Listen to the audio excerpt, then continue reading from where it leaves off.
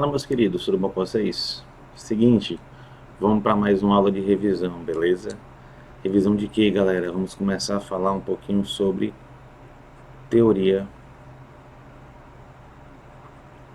atômica.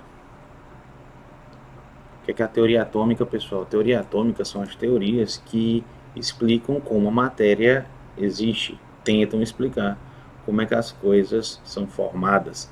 Por exemplo, estão sentados numa cadeira ou deitados numa cama vendo esse vídeo no celular ou em um notebook, certo? O que faz esse notebook? Esse notebook é formado de quê? Como é que ele é construído lá na menor parte dele, certo? Isso é que a teoria atômica vai tratar. Tratar como, professor? Ela vai tratar especificamente de como a matéria é formada. E o que é matéria, pessoal? Matéria é tudo que tem massa e ocupa lugar no espaço. Ou seja, tudo que está ao seu redor, que tem massa, peso e ocupa lugar no espaço, é matéria. O que não é matéria, pessoal? A energia, a luz, a iluminação não é matéria. O calor que você sente não é matéria. O fogo não é matéria. São formas de energia. Mas o resto que está ao teu redor é matéria. E essa matéria tem que ser formada por alguma coisa. É o que a gente vai começar a ver agora na teoria atômica, beleza? Então, o primeiro pensamento sobre teoria atômica veio da filosofia, certo? Especificamente por dois filósofos, o Demócrito e Leucipo. Esses dois filósofos eles tinham a seguinte ideia: se eu pegar uma pedra e começar a dividir essa pedra infinitamente, vai chegar um ponto que eu não consigo mais dividi-la.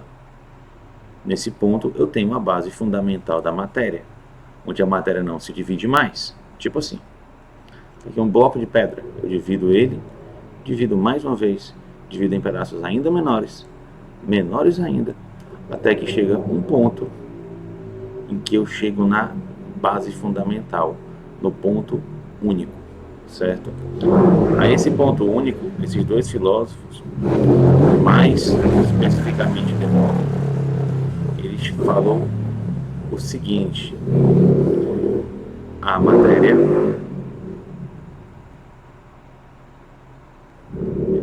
é formada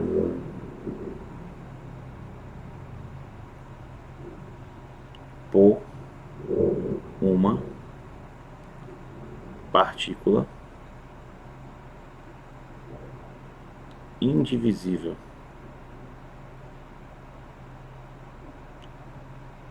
A essa partícula indivisível, ele deu um nome. Ele chamou ela de átomo. E esse átomo, galera, o nome dele é bem legal, porque esse A aqui, ele significa não. E esse tomo aqui significa divisão. Ou seja, a partícula que não divide o átomo. Beleza? Bom, essa é a primeira ideia de filosofia que tem. Quando é que isso aqui foi feito, professor? Galera, pra você ter uma ideia, esse pensamento ele foi tido a primeira vez no século IV antes de Cristo. Pelo menos 400 anos antes de Cristo nascer. Tá bom? Então, ó, velho pra dedéu. Beleza? Então eles tiveram essa ideia de que se eu vou dividir uma matéria infinitamente, ela vai chegar a um ponto que ela não se divide mais. Certo? Agora vamos trazer para os dias atuais, tá bom? Já faz um tempinho, pelo menos uns 100 anos. Começo do século XIX, falar sobre o átomo de Dalton. Quem é Dalton, galera? Dalton foi o primeiro cientista um dos primeiros a ter o seu modelo reconhecido. Dalton pegou as ideias de Demócrito, de que existia algo indivisível, e ele elaborou elas de uma forma mais científica, fazendo vários testes com os elementos químicos conhecidos. Como é que ele fez? O que foi que ele pensou? Dalton pensou no átomo, pessoal. Lembra que a matéria é sempre formada por esse átomo, tá bom? Dalton pensou que o átomo é uma esfera, ou seja, ele é redondo, maciça,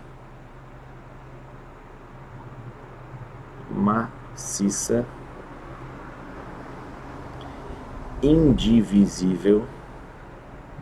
Olha a ideia de Demócrito aqui prevalecendo: indivisível e indestrutível. Ou seja, átomo é uma esfera que eu não consigo quebrar, dividir, certo? E ela é dura, é como se ela fosse uma bola maciça. E é dessa ideia de ser uma bola que vem o nome do modelo de Dalton. O modelo de Dalton é chamado de bola de bilhar. Para quem não sabe o que é bilhar, bilhar é a mesma coisa que sinuca, tá certo? Então, esfera maciça indivisível. Além disso, Dalton elaborou os seguintes postulados, pessoal. O que é postulado? Postulado são ideias, certo? Ele falou o seguinte, ó: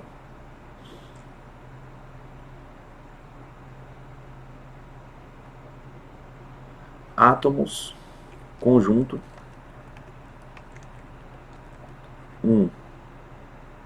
conjunto de átomos de mesma massa e tamanho formam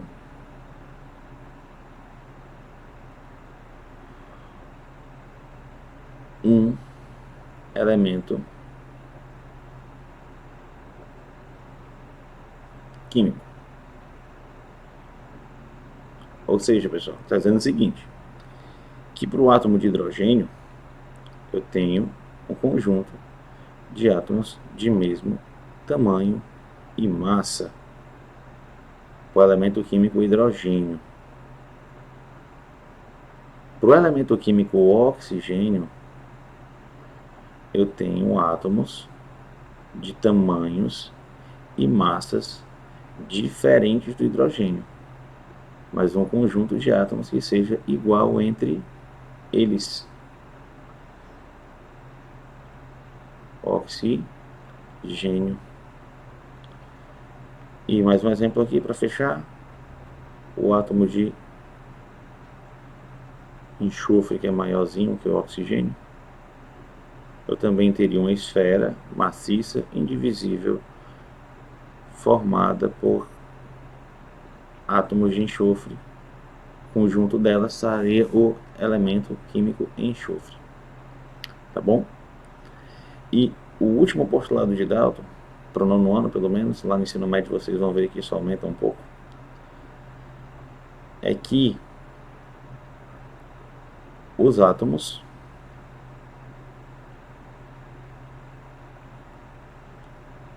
se combinam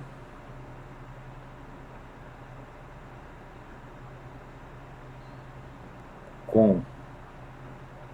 Não, melhor, deixa eu corrigir isso aqui. Átomos diferentes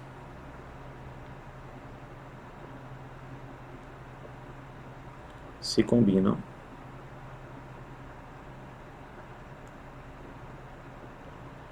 para formar compostos. Átomos diferentes se combinam para formar compostos. Isso quer dizer o que, galera?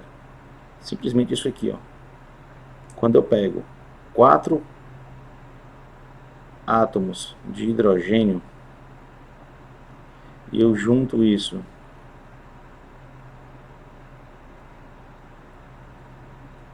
com 2 átomos de oxigênio, presta atenção no que eu estou fazendo, galera. Eu estou pegando átomos do elemento hidrogênio com átomos do elemento oxigênio e estou fazendo 2 compostos, 2 substâncias iguais, tá bom, no caso, que são moléculas de água.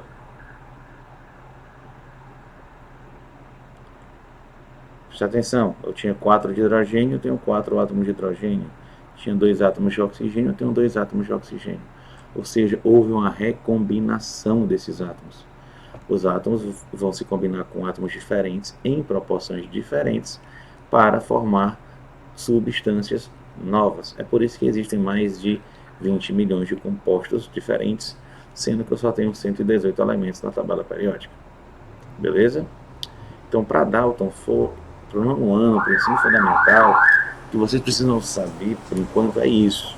Lá no ensino médio, vocês vão ver que isso vai aumentar um pouco, tá bom? Agora a gente vai falar ainda nessa aula do átomo de Thomson, que foi o cara que meio que disse que Dalton estava errado. Porque Dalton disse que o átomo é indivisível. E Thomson prova que não é bem assim.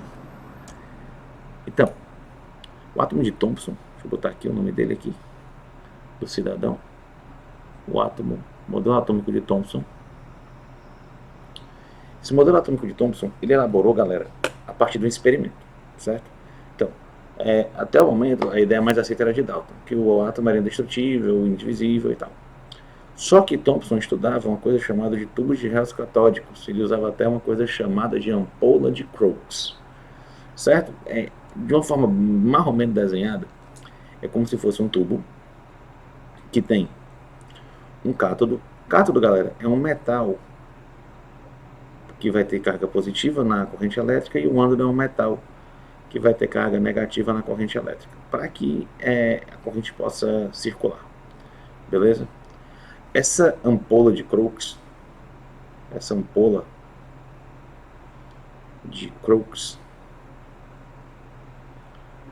que usa nos raios catódicos, ela tem uma característica bem interessante. Dentro dela é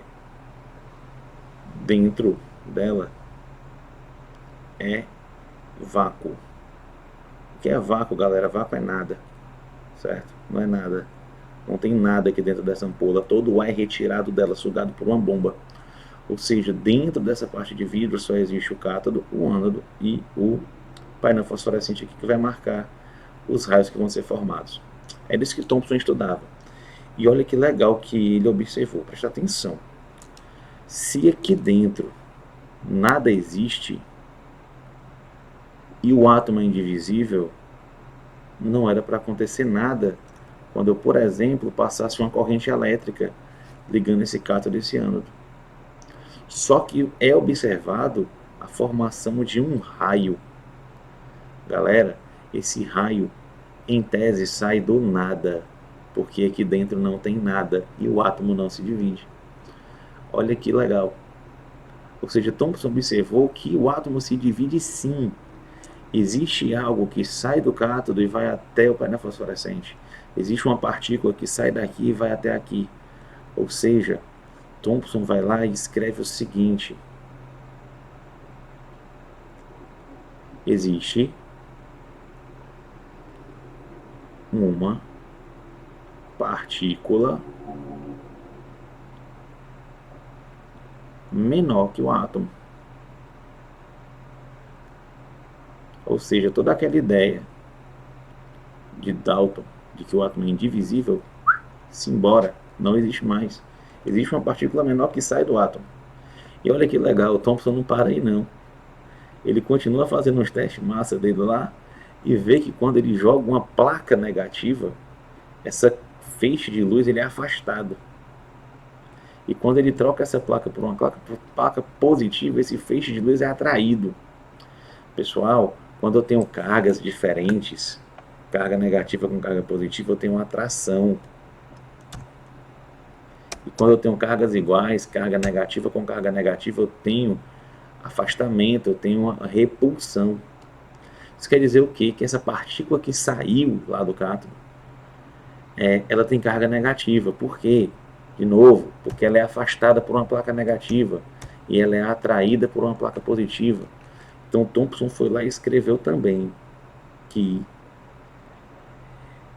existe uma partícula menor que o átomo e essa partícula possui carga negativa. Aí quebrou. Para carga negativa. Aí ele deu um nome que vocês conhecem. Essa partícula de carga negativa, ele chamou de elétron. Aí pensa comigo, eu não posso mais pensar que o átomo é uma esfera de carga positiva, densa, uma esfera maciça, densa, neutra. Tem que ter algo que sai dele. E eu tenho que elaborar outro modelo. Então Thomson tem que repensar o modelo atômico dele. Certo? Thomson tem que repensar o modelo atômico. Repensar como? Repensar da seguinte forma. O modelo atômico agora de Thomson, ele tem que ser formado por uma esfera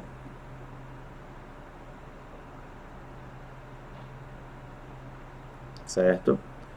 Essa esfera, ele fala que ela tem uma carga positiva, certo? É como se toda essa esfera tivesse carga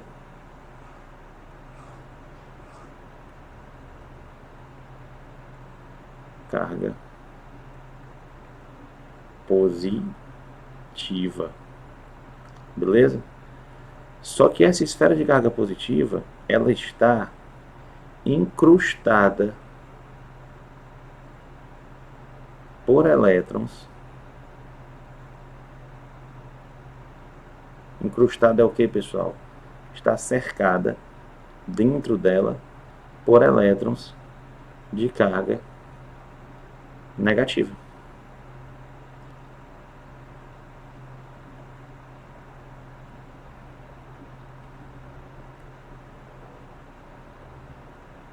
Os elétrons de carga negativa. Certo? Aí pensa comigo, como é que Thomson vai descrever agora o átomo dele? Ele vai descrever da seguinte forma, que esse átomo aqui, ele é uma esfera fluida, não é mais densa, não é mais maciça, ela é fluida, de carga positiva.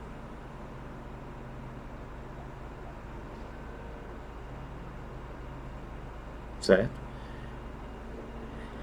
E essa esfera fluida de carga positiva está incrustada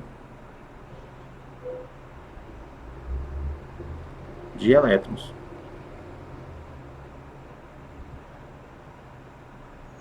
Que tem carga negativa. Carga positiva e elétrons de carga negativa, fazendo com que a matéria continue neutra. E como essa esfera é fluida, esses elétrons conseguem sair dessa esfera e voltar para essa esfera. Eles conseguem sair e voltar e permear e se mover dentro dessa esfera. Agora é fluida. Fluida, galera, você não entendeu o que é fluida? É a água. A água é fluida. Você consegue colocar sua mão dentro da água, não consegue? Porque ela é fluida. Mas você não consegue colocar sua mão dentro da parede, porque a parede é maciça. Essa é a grande diferença entre o átomo de Thomson e o átomo de Dalton. Certo? A existência dos elétrons e que esses elétrons estão incrustados dentro de uma esfera de carga positiva, sendo essa esfera fluida. E ele dá um nome para esse modelo que para mim não faz muito sentido, que ele chama de pudim de passos. Para mim parece um bolo. um panetone. Pudim de passas. Beleza? Então o nome do modelo é pudim de passas e tem essas características. Meu conselho é que você anote no seu caderno. Tá bom? Galera, essa aula a gente fica por aqui, a gente vai até o átomo de Thomson. Na próxima aula a gente vai ver o átomo de Rutherford, que pega essa ideia do átomo de Thomson e escanteia. E vamos falar um pouquinho do átomo de Bohr, para a gente fechar esse conteúdo de teoria atômica. Beleza?